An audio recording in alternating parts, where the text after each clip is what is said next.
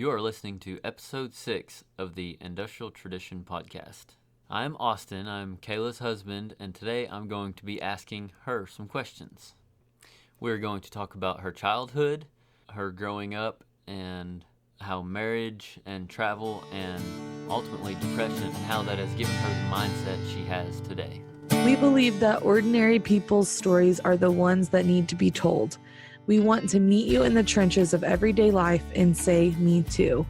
Pipeline families, farmers, ranchers, makers, mothers, mechanics, truckers, welders, and alike are all welcome here. Industrial Tradition is a brand dedicated to celebrating you and the way you live life.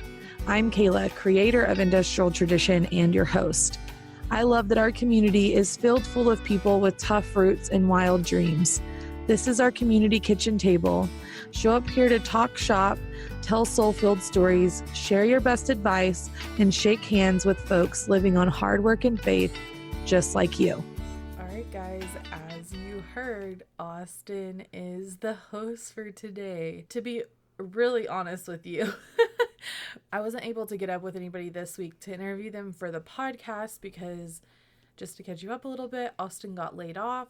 So we left Pennsylvania, took a couple days to drive home, and now we're back in Oklahoma. So that's where we are.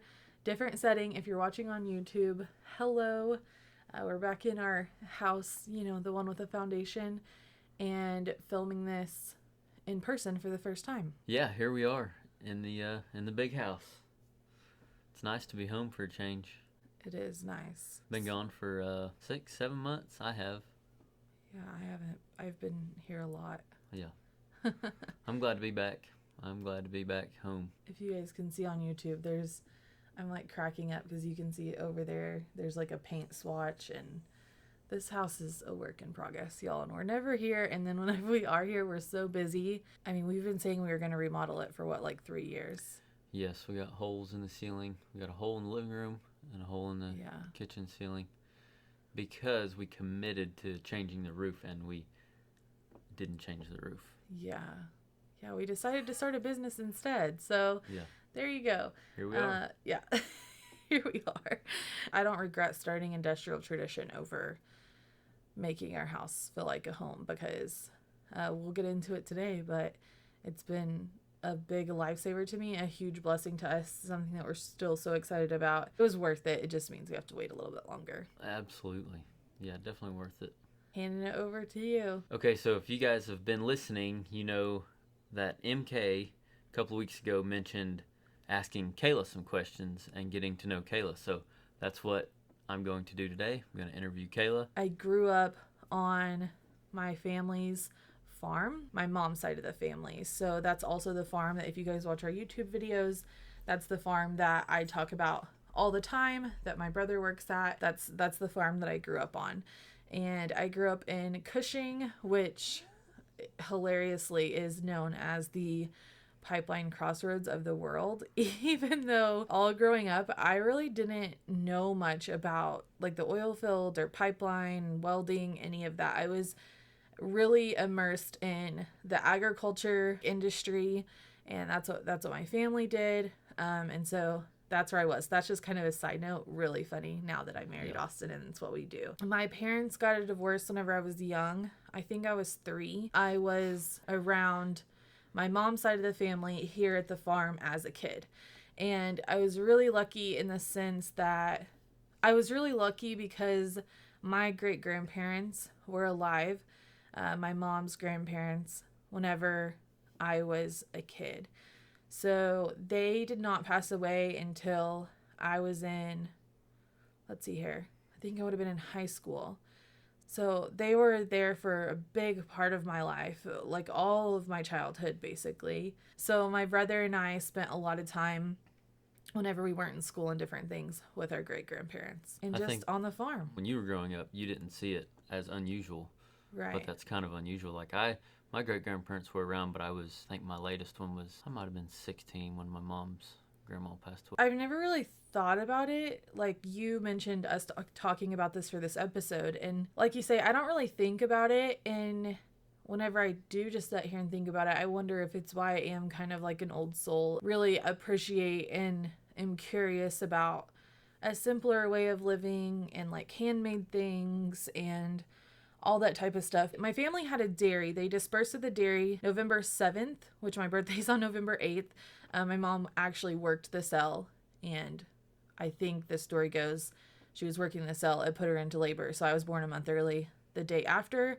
But it was good because it was on my grandpa's birthday, and so we get to celebrate that together. Some people were already one generation, not removed, but outside of that, like my grandparents, they both had jobs in town. Yeah. So I grew up, a lot of my childhood was with my grandma. She had her own garden. She still sewed clothes whenever I was much younger. She even made dresses and stuff for me out of, the patterns that you go and you buy at fabric stores. So my grandparents, my great-grandparents, I call them my grandparents, but they were my great-grandparents. Whenever Kayla and I first started dating, she would always say grandparent or grandma and grandpa, and I was very confused because she had great-grandparents and grandparents, and it took a while. If you don't know her, you don't know which one she's talking about. So. Yeah, so my grandma and my grandpa is Grandma Ruby, Grandpa Leray. Those are my great-grandparents.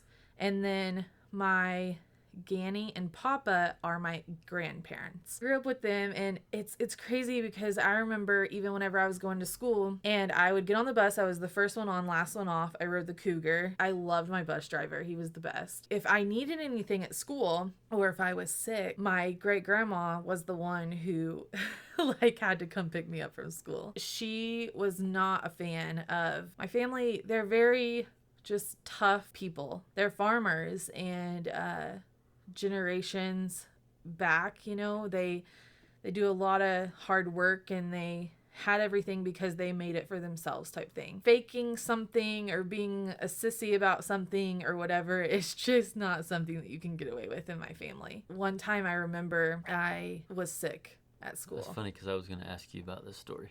Yeah, Tell it. I was sick at school. So my grandma got me, and she had one of those old big boat town cars.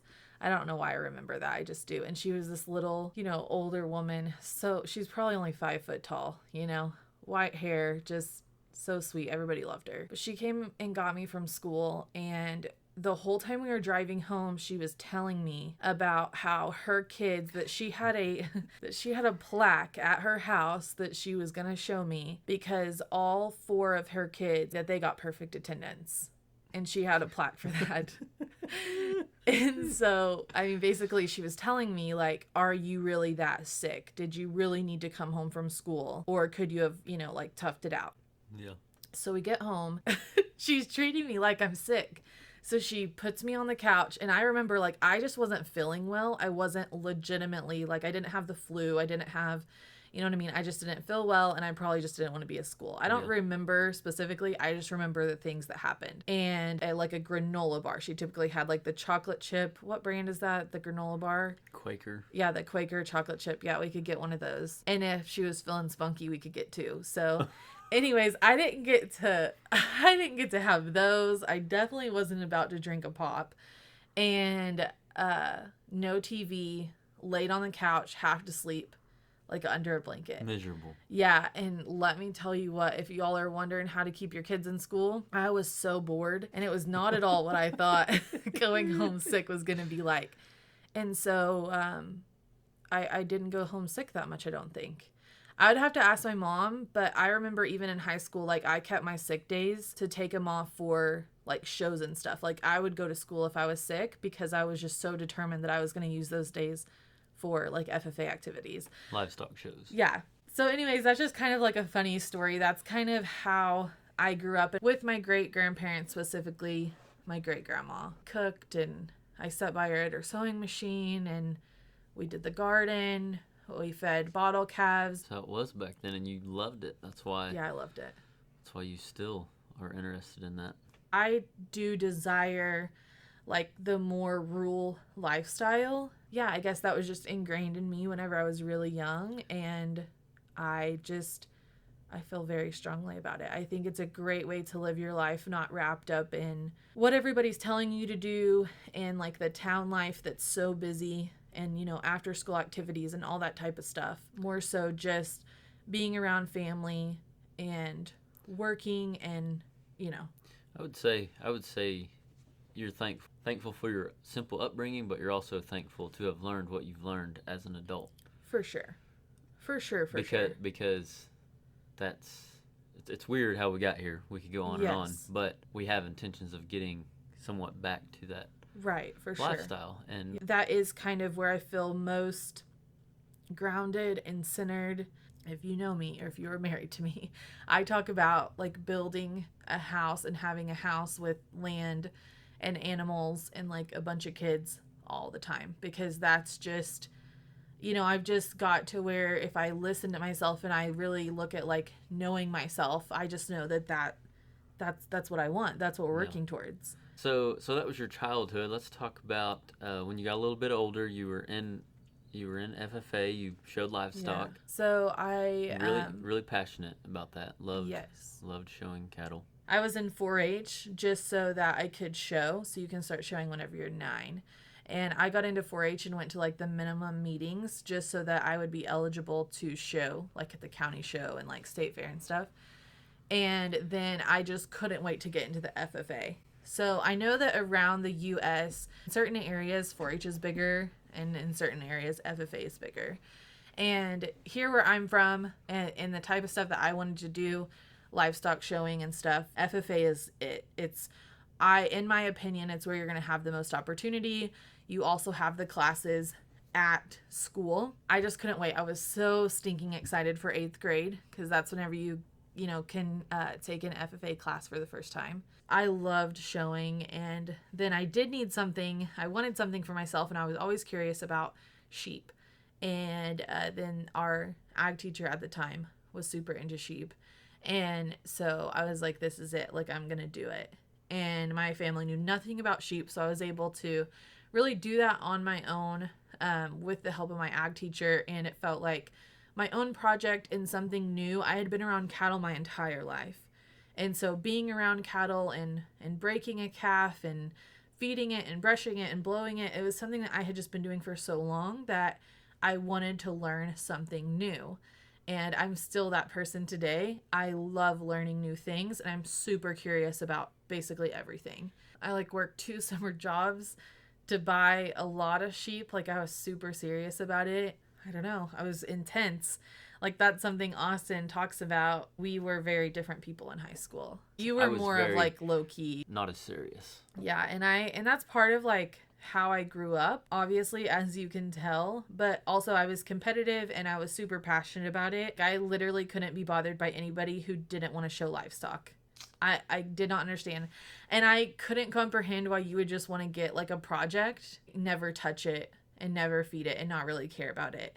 Like, why get it if you're not going to compete? Why get it if you're not going to want to try the hardest, you know? I didn't know for sure if I wanted to go to college, especially once I got into college. I thought it wasn't for me. I had people ask me questions on Instagram, and somebody asked me what my degree was. So I went to Oklahoma State. I actually started at NOC because my SAT score wasn't high enough to get into OSU.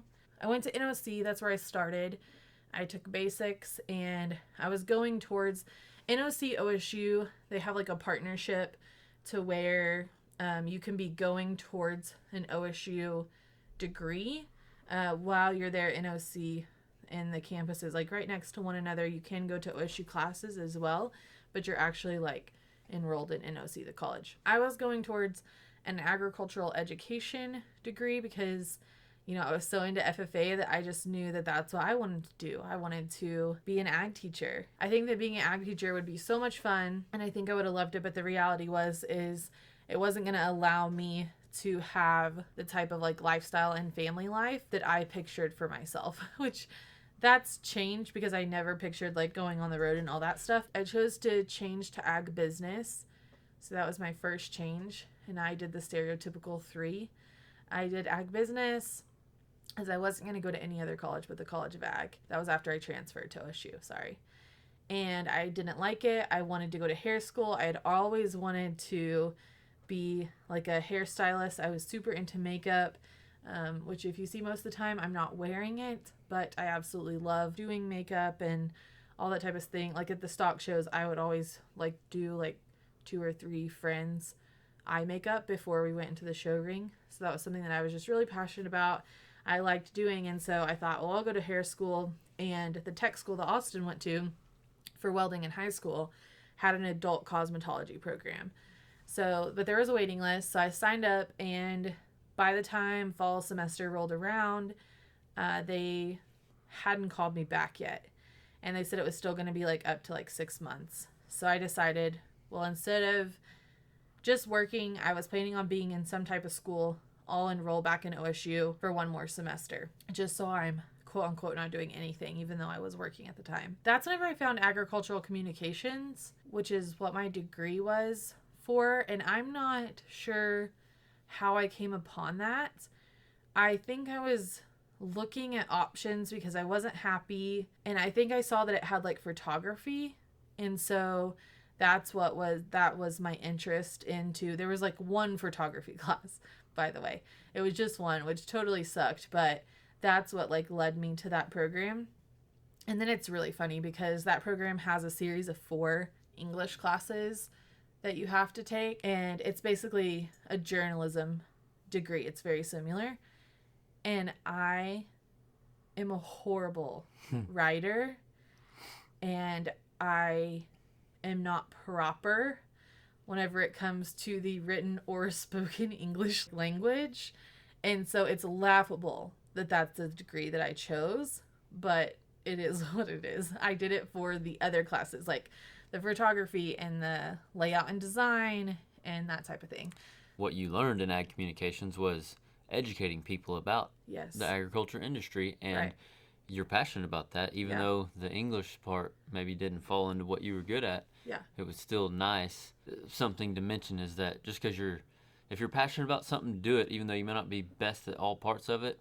It's okay to still do it, because you can always, there's other people that can fill those gaps. So that's for sure something helpful.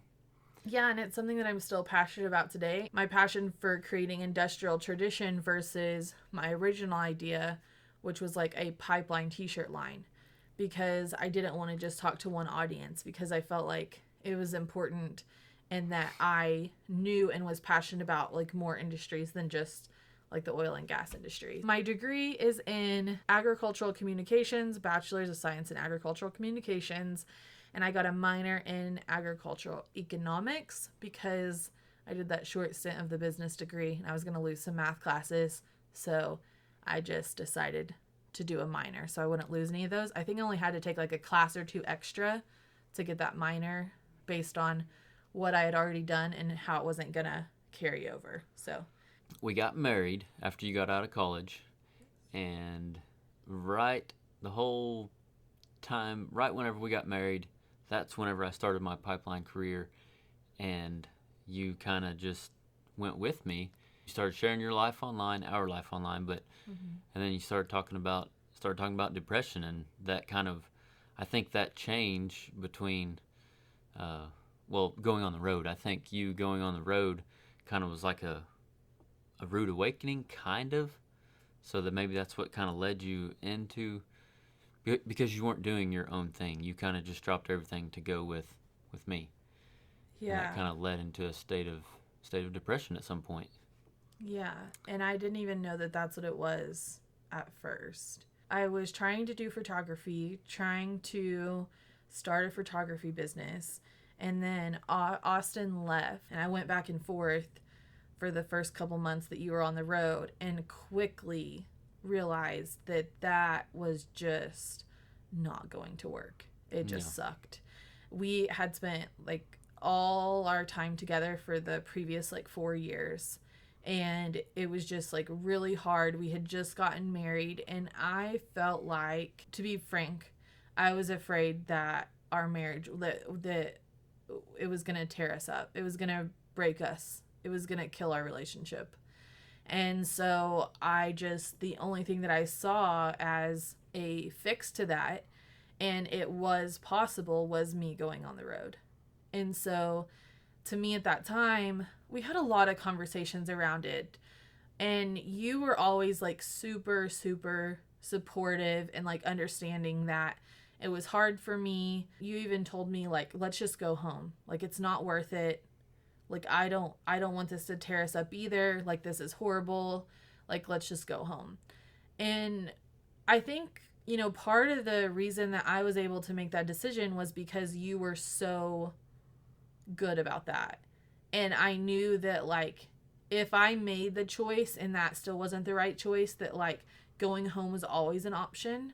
But I felt like for you and for us, I had to at least try traveling. Yeah.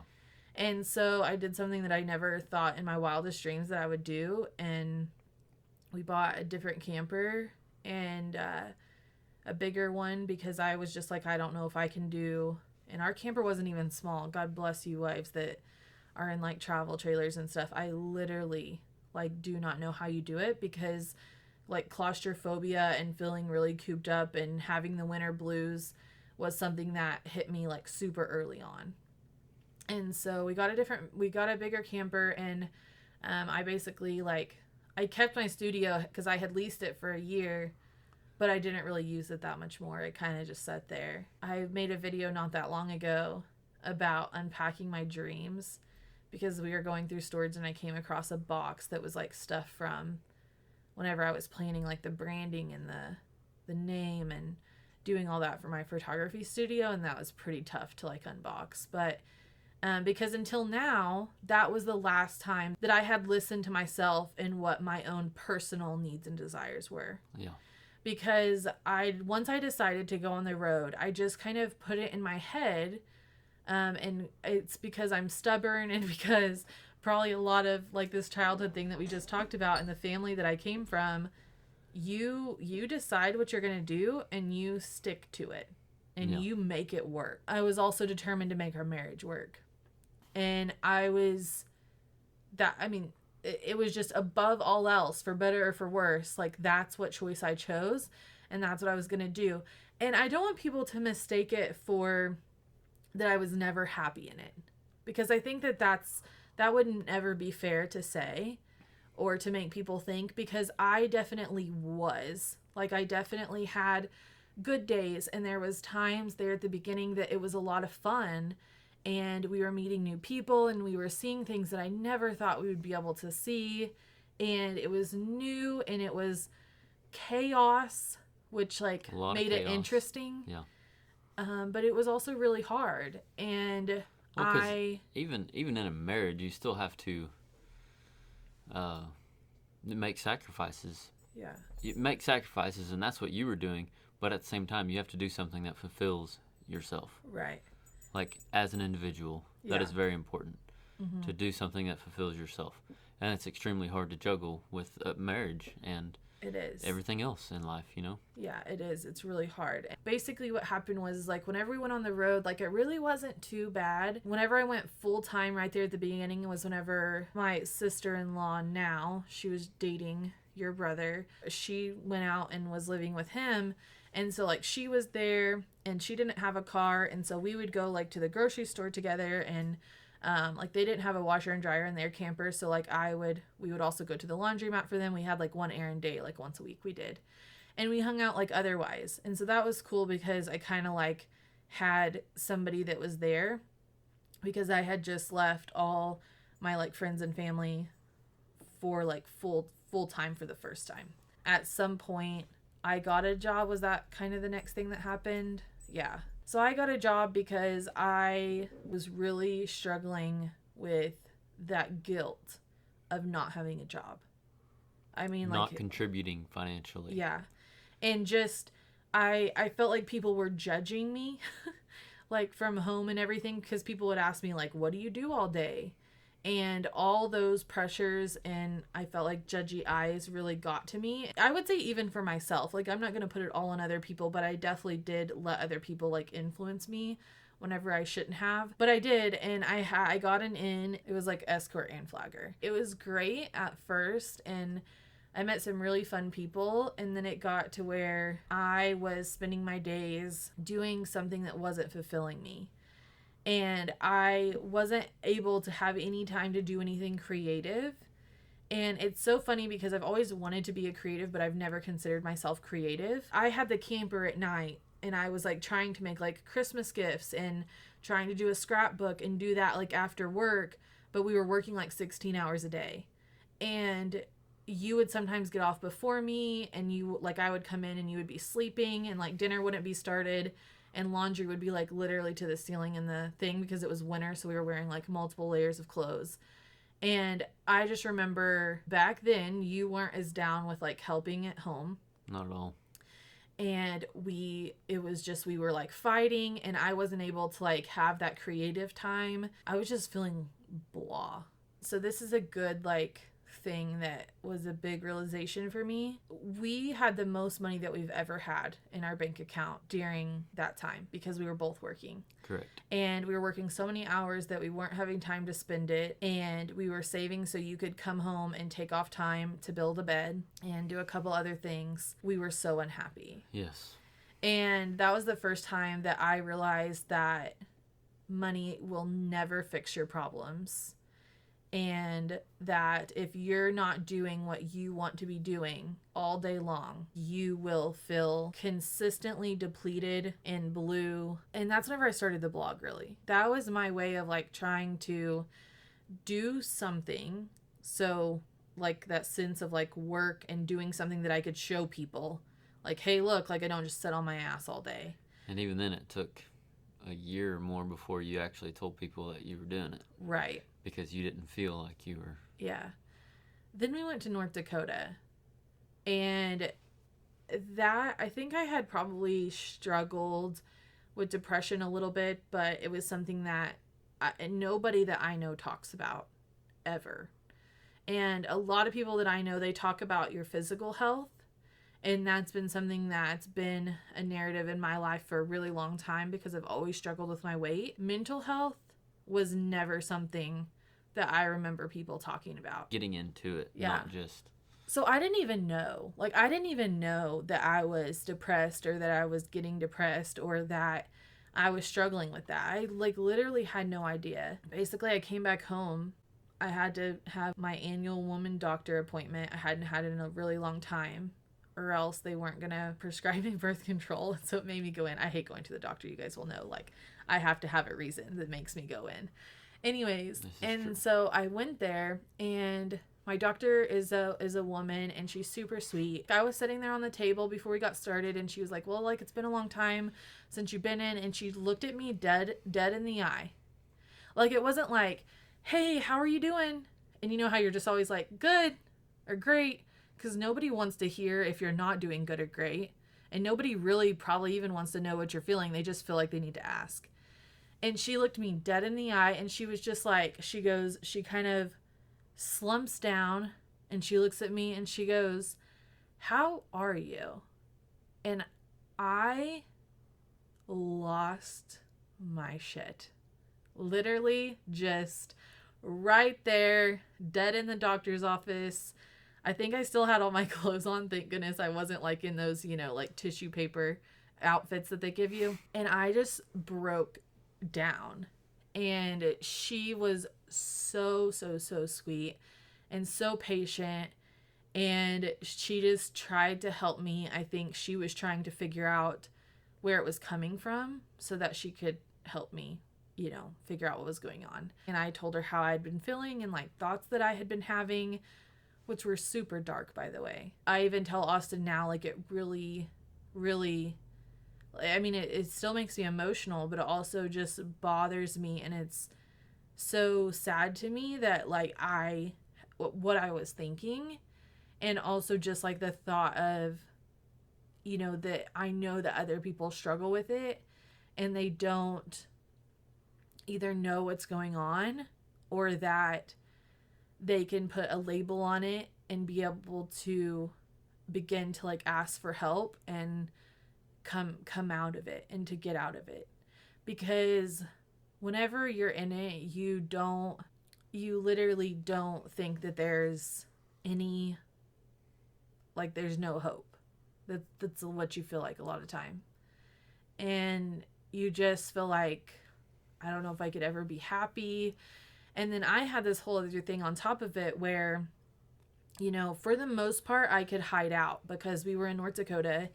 And, like, we had friends, but they worked during the day. They were their husbands' helpers.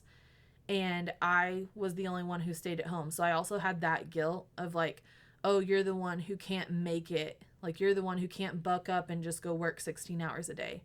And it was never about the hours a day. It was about that it was unfulfilling as far as pipeline work. Like, I know that now. Like, I know that I'm not scared of work. But back then, what I was telling myself was, like, you're a sissy. Like, you can't just buck it up. Like, it would help you guys financially. Like, it would do all this stuff. Look at these other people doing it. But everything that I told myself back then, quite literally everything, was negative. I just, and I spent so much time alone in those years because everybody else did go to work. And we lived in a campground that, the grocery store was an hour away. Just, I didn't know anybody. And the people I did knew weren't there till like the evenings or the weekends. And so I had this like whole narrative in my head. And then whenever we would hang out with our friends, or somebody from home would call me, which was really rare back then. And so I was able to really hide out. And then I would spend all of my energy whenever I was around people faking it. I know how to fake it. Like, I can make probably anybody, I can BS pretty much anyone into thinking that I am doing great. Like, I'm lovely. I know that in conversation, if I make the conversation about them, it's going to make them feel good, and it will take the heat off of me. Heat off of you, yeah. I know how to do all that. She does. I'm very good at, I don't know, like, I never saw it as manipulating a situation because I thought the only person that I'm hurting is myself, so it doesn't matter. But I was super good at faking it. Like, nobody knew that anything was going on. Kayla is a very tough person. You're very tough, and you've got a way higher pain tolerance than I do.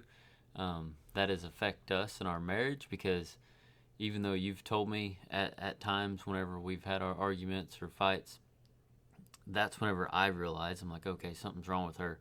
But it's like in her everyday motions, she carries herself real well and acts like everything's fine. That does not give me a constant reminder that she's hurting, so therefore it's covered up. Like, she puts on a real good front because that's just a habit or whatever it is, right. And that's where you're at in that time.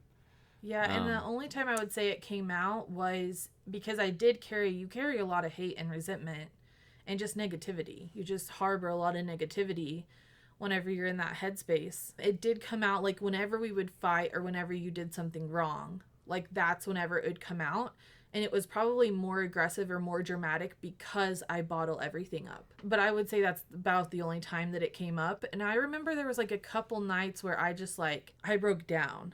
And I was just, like, crying. And I don't know what you thought. You probably thought, oh, my God, I don't even know what's happening. I actually needed that. I needed to know that's where you were at, Right. I remember, like, it was sad, extremely sad, and it was hard to, you know what I mean? Like, because what was I to do to help? Like, there's a lot of things I could do to help, but I didn't know what to do. She did prescribe me medication, and she didn't right away tell me, like, you need to go see somebody. And I think that that's actually a good thing because I was able to use the medicine as an aid, and it really did help me, to where then I started regaining almost like consciousness. Yeah. Like, you almost feel like you like black out and you're just like in this different world. And I began thinking about hope and the future and happiness and what things that I do that make me feel good, really break down the thoughts that I had and like where those came from. And then I called the doctor's office and I asked them, I said, hey, is there anybody you can suggest that I could go see? I'm really ready to tackle these things and I want help. Then I started going to therapy like every week, and I started unpacking, things from my childhood, lies that I told myself, the thoughts that I had went through my head, the reality of our relationship, like just all of it. Yeah. And it turned my life around. I also decided that I was going to follow the Lord again. And that's something, I don't know the right way to word that. I've never It's one reason why I sometimes don't talk about. No, that's right. Yeah. Yeah. Follow, yeah. Because I feel like I'm not wording stuff right. Chose to get back on track, follow him Yeah. again, like try to focus more in on him. Yeah, for sure. And I would say that him and my past, like in the church from like as a kid and in like middle school and stuff, whenever I was really involved in youth group, I would say that that was a glimmer of, it was always in the back of my mind, like whenever I was really depressed. Because I remember like there was times where I was crying and I was literally like crying out to the Lord to help me. And just that there was like something or somebody that would like show up. But I think whenever you're so consumed by all the negativity, even though I knew who to cry out to, I wasn't then actively searching out his word and his promise and his forgiveness. And so because of that, you didn't have a strong relationship. Right, because of that, like that was a glimmer of hope, but it at the very beginning wasn't, you know what I mean? Like, but I do believe that like he was part of like how the rest of it has unfolded and obviously will for the rest of my life. All that's interesting too, and something that I would like to talk about publicly, but it's like I struggle because I'm like, what words do I use and like how do I say this? And I don't know. I just, I don't ever want to like mess up or like say the wrong thing or, I think too, like that was part of the problem is I thought like Christians were a certain type of people and that I wasn't, I was too like tainted to be able to be like a Christian that talked publicly about Christianity. And I read a good book on that. It's from Jamie Ivey. I'll link it in the show notes, but basically she talks about like the shame and the guilt and all those things that we pin on ourselves, like on our chest, that we think everybody can see, that everybody cares about. And it keeps us from doing all these things and having this certain relationship with the Lord. So through, my relationship with Christ, therapy and medicine, I was able to eventually get to a better place and get better. And I still struggle with it. But I have more tools now, and I choose to actively face it with those tools so that I hope, I don't ever go back to that place, like especially for that long. Yeah. But it is constant work and awareness and all those things for me, because it's definitely still something that it didn't just go away. And through all that, you've learned a lot, and that's what you want to share with everybody, is what you've learned and what you've come to terms with it all, and how it's changed your life and our life. So there's a couple things that I would say were like the key things that I learned from back then that I'm still like carrying with me today and doing very actively, besides obviously like the work that I do in personal development and stuff to stay on track and to stay in a healthy mindset. But other than that, just like in general, like life things. I think that my takeaways were, 1, question everything, which I will explain. And 2, that passion is a gift in this life. And what I mean by that is having passion around the things that you do and want to do is what you should search for. Like above everything else, above your own expectations, above your family's expectations, above what you think people see or say or think about you, above what somebody told you success was, above all those things. Like passion is the thing that I really see has changed my life, and I believe will carry me through till the end of this life in a happy place. And I believe that is the answer for other people as well. Sure. Should be something that it fuels you. It's like no matter how much you do it, no matter how many hours a day you spend on it or how little sleep you get because of it, you feel good. Yep. Like you feel alive. That's right. Yeah. I don't know how to exactly explain what I'm talking about, but passion was the word that I could think of. And that's the type of feeling that I'm talking about. Just find something that, even through the monotony of life, if you're able to just, even if you aren't able to actively do it, if you're just thinking about it, it can change your mindset. That's where it all You're starts. like, okay, like Yeah. I'm going to get this cleaning done because then after that, like I get to do this thing that I'm passionate about, or I get to research this part of this thing that I want to do because I'm passionate about XYZ. And that has just helped me so much. And that's the head space and the body space that I want to stay in. And to get to that, I feel like you had to question everything. Yeah. And that was your first point. It's kind of strange because this question thing started whenever I was in a negative headspace. I was questioning everything. Like I was questioning every life thing that I did and like how it was bad, right? The result of this questioning then was always negative because of where I was. But that idea of questioning everything is a big part of how I've got to where I am today.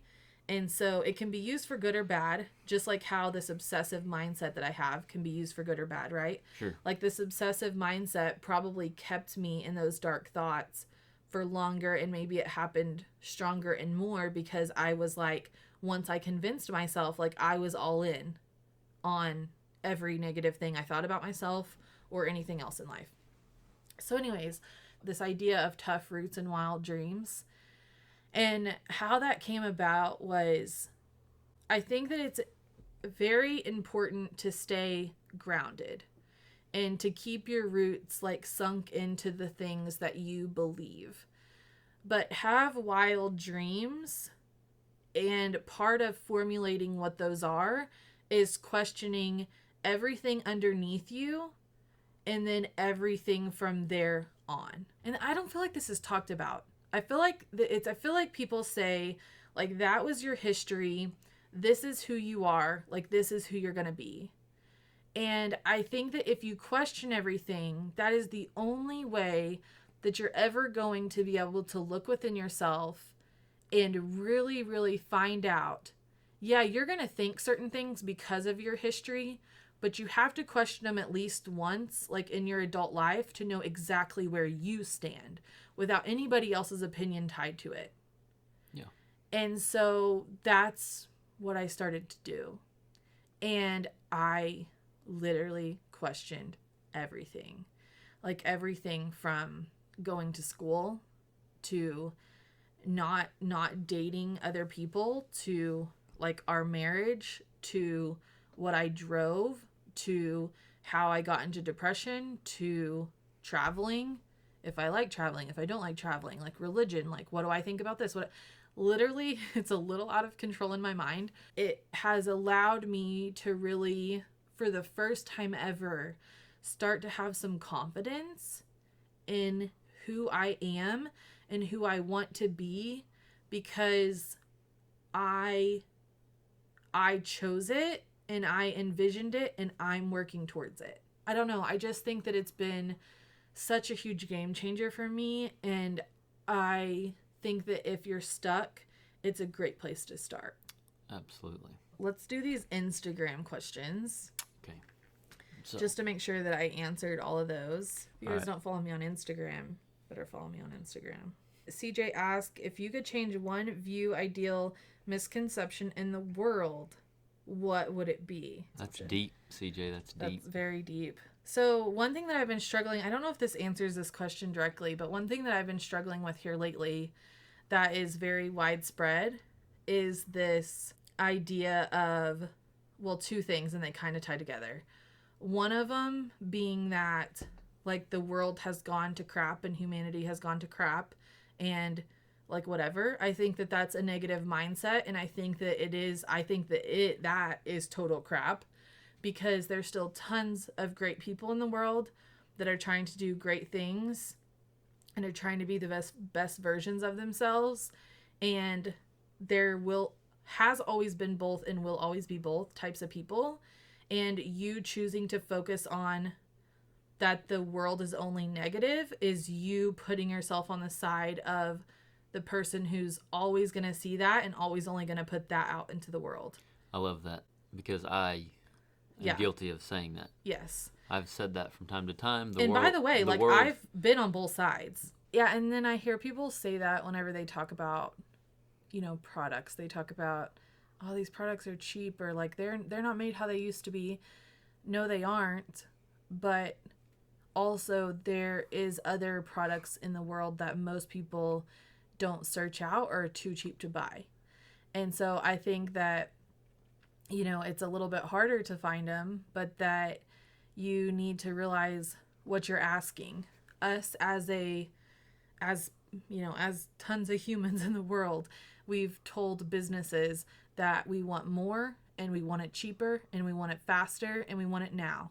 And so like superstores have come about and one day shipping has come about and all this stuff. And to be able to make that a lucrative business, they have to buy the products cheaper, or they have to get them made in places like China that has, cheaper labor, and do all these different things. And so you have to me, this is a big thing that I've learned about self-awareness and just reality, which is, what are you asking? Because you can't have it all, right? Yep. This happens in the agriculture space with food, and this happens in every other industry. So if you want a product that's of good quality, take it upon yourself to find it, which means you're going to have to do some research. You're going to have to find a handmade maker or a smaller business, maybe that's from the United States or somewhere like the US or Canada or somewhere that's more local. I'm just saying that's because that's where we are here. Yeah. We live in the US. And so I know that to be true. And those people are dying for you to be their customers and for them to be able to do their passion and do the thing that they're good at. But they're businesses that only do one thing or one or two things, but they do it well and they do it right.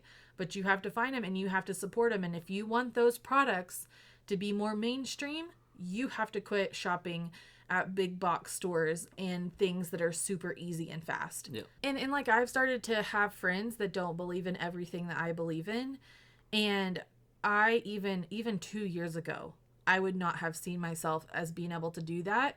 But I think whenever you're sure about yourself and you start to gain that confidence in things, you're able to really step into exactly who you are and be able to know that it's not going to change you. It's not going to change your mind. And by the way, you can change your mind, but you can still stand your ground and be friends and have relations with people who don't believe in exactly everything that you do. Yeah. Connect on the things that you believe in and be open-minded about the other things to see if, again, question everything. Just because you don't agree doesn't mean you have to hate. Right. Be open-minded. Be, okay, that's great for you, and be open-minded. Maybe one day. So those are the two things that are going on in the world right now that I think we need to get a grip on. Okay, somebody asked, owning your own business, how do you stay organized and manage your time effectively? Well, that's funny. Yeah, I don't, I would say. Short answer is, yeah. I'm really bad at that, especially right now. It's this obsession thing that we've talked about. I love new and fresh and exciting, and once it's I stepped into the thing that I thought, or that I finally figured out I was here for, and it's you can't stop me. But yet I need to slow my roll on it because I'm not doing anything super, super well because I'm super stretched thin. Yeah. And I really don't know how to rein it in. And so right now I'm doing this whole thing of, I wake up in the morning. I told Austin this, I don't set an alarm, but the first thing, because I get to bed really late, and I don't want to tell myself you can only have 4 hours of sleep, but basically the first thing that wakes me up in the morning, I just stay up. So if I have to get up to go to the bathroom, or if the light comes in, sometimes I've had 7 or 8 hours of sleep, and sometimes I've had 6. Now, a couple months ago, I was doing really good with this, productivity and scheduling my time. And I had a morning routine and a night routine, and I was killing it.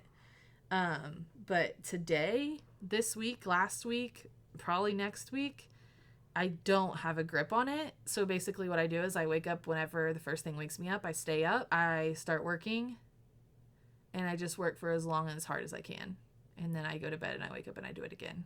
And like I allow myself the freedom if things come up to do those without too much guilt.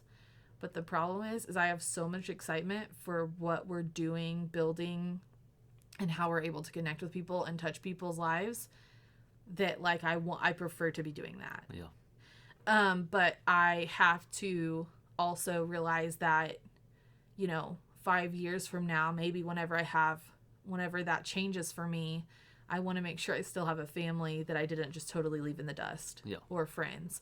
And so I have to kind of, pick that. And I almost just kind of take it on like a daily or a weekly basis. Like, what do I feel like I need? Do I feel like I need to see a friend in person?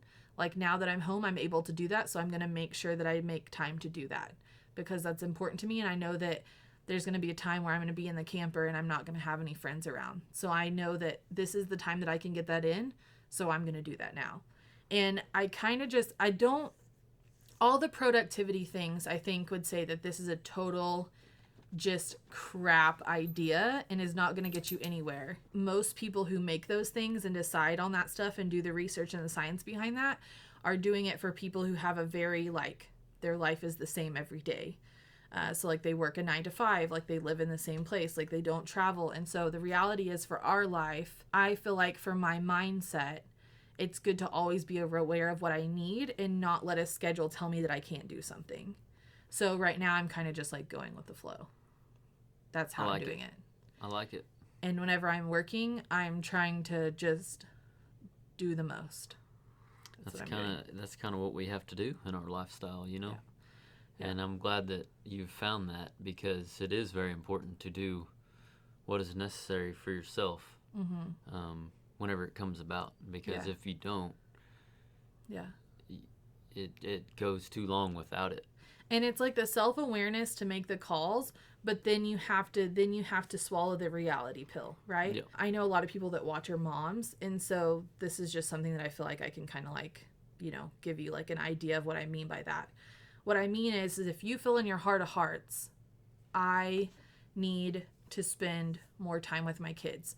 Like this is the only time that they're little. I know I'll regret it if I don't, so I need to spend more time with your kids. Do that. But no, swallow the reality pill of knowing that whatever you're starting or whatever business you have or whatever relationships that you have are going to be like second to that, or you're not going to be able to do it as much, or you're not going to be able to accomplish it as fast. Like that's just the reality of it, and that's totally fine. Yep. Also, there's the other reality of like maybe you're a mom and you feel like I love these babies with all my heart, but if I do not find something for myself, I'm going to lose my dang mind. And they need to go to mommy's day out or daycare or school or whatever so that I can get a grip on what I need for myself. That's also okay, right? But then you have to swallow the reality pill of, okay, yeah, somebody else might teach your kid how to do this instead of you, or be there for that first instead of you. But that's okay. It doesn't mean that you're a bad mom. It just means that at this season in your life, this is what you feel like your heart or your gut is telling you need to do. And sometimes it doesn't last that long. Like sometimes I'll do something for like only just a couple weeks. And then I start feeling better about that. And so I'm like, okay, I can switch to this. You need to be honest with yourself. And maybe right now you don't even know what that means. So the honesty is you need to try things because that's the only way you're going to be able to figure it out. I would say in the books and from afar, what I'm doing right now is a little insane, but it's working for me and it's working for us. And so it's fine. Like we don't have kids. You're a workaholic, so it's fine. Yep. As long as I have to watch out for my mental health and I have to make sure I'm not like having really bad eating habits and like staying inside all day. But that's, you know what I mean? Like that is part of the awareness in reality. If I do that for too many days, if I eat in front of the computer 3 meals a day, like a week in or 3 days in, like I realize that I feel like poop. and I need to go outside with the dogs, or I need to go do something, or I need to drive around. I need to, you know what I mean? Yeah. Like I need to go run the errands. So anyways, I hope that makes sense. She said, entire episode on you giving tips of first things and baby steps on how to start a new business. I would love to do that. I will make sure to do that. It won't be in this episode, but I'll make sure to do that. How did you become you? Was it a job you had, a dream, an idol, when you knew you wanted to be an entrepreneur? I've always loved small business. I've always wanted to own a business. I used to try to force what that business was, and was starting the YouTube channel first and just allowing myself to like start to build a community of people that were who and do what I do. It allowed me to get clarity around what mark I wanted to leave on the world. And I would say I still haven't totally figured it out, but that's where this industrial tradition, Austin and Kayla as a brand, et cetera, came about.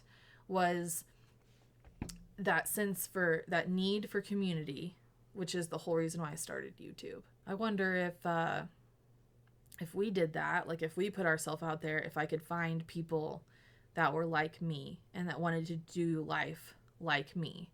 Because I didn't necessarily have people. I have people now that were in my life then that are these types of people, but I didn't know that because I wasn't in that mindset. And so I first needed to find the community of people that I wanted to be, which was like looking at life differently, questioning things, living bigger, like living into their purpose, like leaning into their life in a way that was maybe scary and risky, but was exciting and that they were passionate about. Yeah. And so it took me a year because I was self-conscious to actually make a YouTube video. But then we started doing YouTube. The want for what the end result was bigger than the fear or the insecurity that I had of doing it. But with saying it took me a year to get to that point. Yes. And to at least try it. And I still will edit videos. Like Austin will take clips of me that I hate, and I literally won't put them in the videos because I'm insecure, or you know what I mean? Like I'm not confident. And so it still happens. It's like, it's definitely a work in progress, but that's how it got started. It's funny, side note, talking about what people perceive other people as is you've always thought you were not confident. Mm-hmm. But even back in high school, whenever I knew you, mm-hmm. you were very confident compared to my personality. Mm-hmm. And part of that was because you felt like you had to be because of how you were raised and everything. Like you said, what you were told. Mm-hmm. Kayla was the president of the FFA chapter senior year. Yeah. She done some public speaking, this, that, and the other, and she was very good at it, even though there was a lot of preparation that went in behind that. Mm-hmm. So people like myself from the audience thought that she was very confident, and she really, it took a lot of work to get up there and do that. Yeah. And so that just goes back to this is I even had a good friend tell me recently, like, I don't have your confidence. And I was like, oh, maybe we don't know each other as well as I thought, because I've never, like, and Austin knows this because he's seen the behind the scene, and I've told him like about who I really was in high school, like behind closed doors, and what my thoughts were and my feelings were. And as well as now, like, obviously since we've been together and married, like, he sees me behind closed doors again. It's really funny to see like both sides. But again, that's why I was so good at hiding depression, was because like I know what the world, I'm very aware of what the world and people want and need to see, to think and feel a certain way, which I actually really am curious about other people, which is why I'm so excited to do this podcast, because I get to ask people and have conversations that I wish I could have on the street that are totally inappropriate. Yeah. You know what I mean? I've even now that like I'm trying to be the truest version of myself, have to question myself and be aware of, am I playing? Am I putting on an act? Or am I being real? Because whenever you're so good at faking it, it can really mess with your mind, and you can almost fake it without even like meaning to. Yeah. Or I have to constantly be kind of aware of what I'm doing and how I'm acting. Thank you for joining us for this episode of the Industrial Tradition Podcast. I hope this conversation found you right where you are. Join us to celebrate and support one another on the road to life well lived. You can join in more with our community by visiting industrialtradition.com/subscribe, and we will send you over all the ways you can hang out with us during the week. I'll be back here same time next week for another episode. Now it's time to push back your seat and go live your industrial tradition.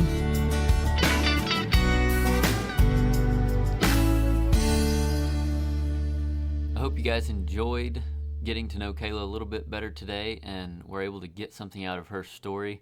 I know I even learned something, surprisingly enough, from today's conversation that we had. I would say my favorite thing from today's podcast is what Kayla has got out of her depression and where she's been, and looking forward to the future for her and us. Thank you guys for letting me be your host today, and next week the podcast should go as normal podcast style, with Kayla as your host, and I'll be listening just like you are. See you guys.